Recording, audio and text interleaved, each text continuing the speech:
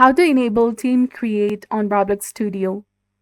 Hi guys, welcome back to our channel. In this video, I'll demonstrate how to enable Team Create in Roblox Studio. So if you're new to this channel, consider subscribing and let's dive right into the guide.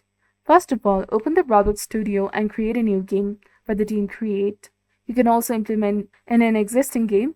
To create a new game, click on the file and then go to New and then select a template. Next, go to the top navigation bar, click on View, and navigate to the Team Create option. Toggle the switch to enable the Team Create, and remember to save your work on Roblox. If you're working on an existing game, simply turn on Team Create from the View tab, and to collaborate with others, click on Collaborate, add users or groups, and grant the edit access to friends. To allow your friend to start editing, guide them to the Roblox website where they can access the game link you've shared. To encourage them to click on the link, access the game, and start editing collaboratively. So this was all about it. If you found this guide helpful, please like and subscribe. Thank you for watching. See you in the next one.